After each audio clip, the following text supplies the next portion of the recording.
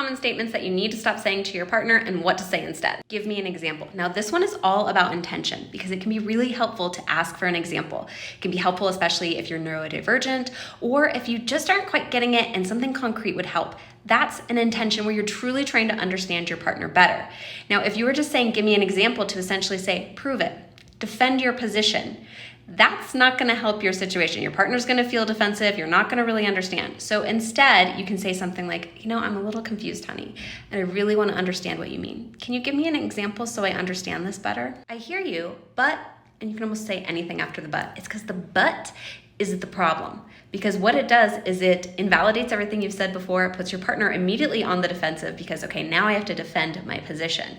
So instead, you could say something like, I hear you, and I have a different perspective. Let's work together so we both feel heard, and allows for both of your experiences and truths to be true. This, again, in response to something that your partner has brought up previously. This, again, puts your partner on the defensive and makes them feel like you don't want to have to spend the time and energy to understand them.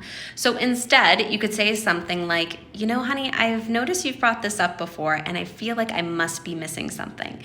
Can you help me understand what's going on for you around this? That's not something to be upset over.